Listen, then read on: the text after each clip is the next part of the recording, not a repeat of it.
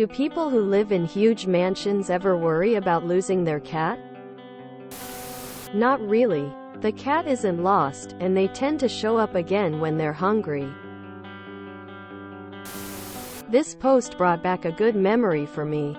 First cat my wife and I had together. Jessica disappeared once for a few hours. We lived in a small one-bedroom apartment at the time. Calling her and looking everywhere, we finally happened to notice one of the drawers open in the vanity area outside the bedroom. She had opened the bottom drawer and climbed up from the back of it to the second drawer above. When we finally opened the right drawer, she looked up and calmly said, "BRRRT." As some cats will. I guess she was super comfy in there. The whole rest of the time we lived there, if she didn't come when called, we knew where to find her.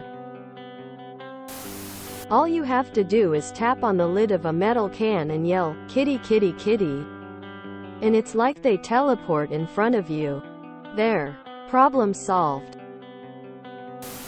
NoStupid response. Regardless of the size of the house and the size of the cat, it will always be impossible to find if the cat doesn't want you to find it. This is valid if you live in your car. My cat goes outside. I don't like it, but he does. So I gave him an Apple AirTag. He wanders up to a mile away. And yet, he sleeps by my head most nights. Somehow, he always finds a way back to my pillow. My parents live in a 17,000 square foot home. It's not a mansion per se, but it's insanely big.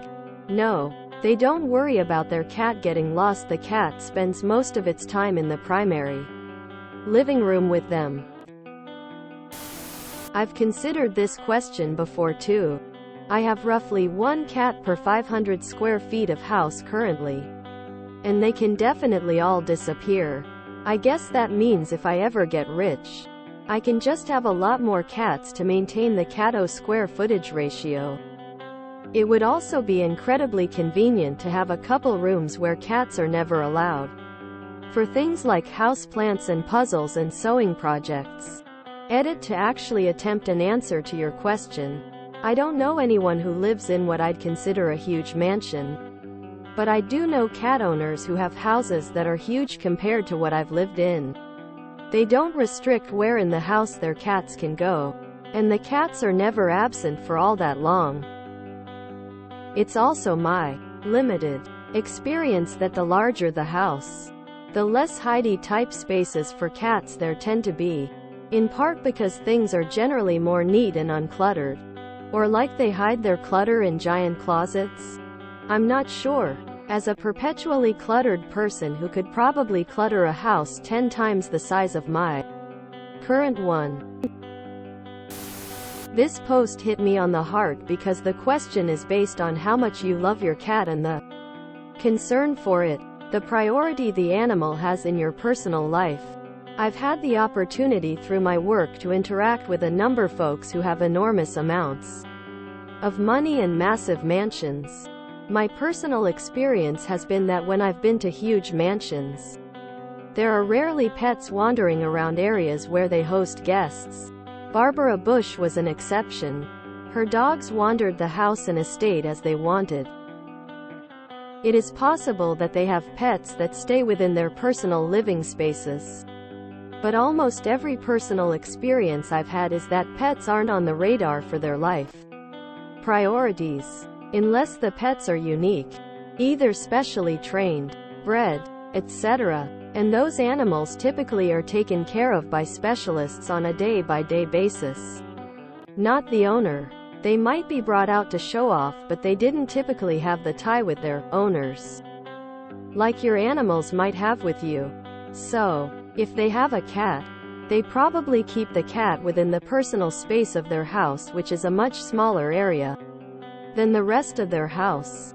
I doubt with their life priorities that the day-to-day, "Where is my cat?" rarely ever enters their mind. And if it did, they would call the person on staff who runs the household and ask. Lol, I never thought about this. I live in a pretty small house and there have been multiple times when we've lost my cat only to find him sleeping somewhere completely unexpected. Sometimes we even are calling him for food at dinner time and he can't be bothered to come because he's too comfy, I guess. They're weird little creatures. I would assume that the cats would turn up at some point when they get hungry or thirsty though. Cats also really like companionship, so I imagine that they would still want to be in the same room area as their owner. A lot of them also want to sleep with or near their owner. Our cats have always slept with my parents on their bed. Even if they're not really very social, cats seem quite aloof a lot of the time, but at the end of the day they're still social creatures. And most of them want to be near people they love and who love them.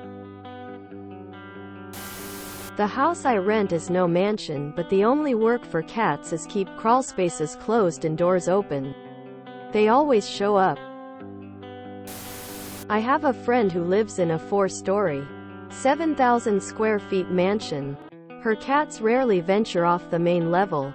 Level 3. It's built into a hillside, and when they do, it's almost always to visit guests. Guest rooms are on levels 2 and 4. It probably helps that the main level has radiant heating in the floor tiles. She has also trained them to come when she does this particular whistle, which is pretty cool. This reminds me of the infamous Japanese incident where some homeless woman was squatting in some dude's house for a really long time before he finally noticed. I think he found out once he noticed his food would disappear unusually quickly. We lost our cat under the couch once. Damn thing got stuck under the lining. If you enjoyed this video, please check out our playlists full of similar content. Epicaricast is like doom scrolling for your ears. Please like, share, and subscribe.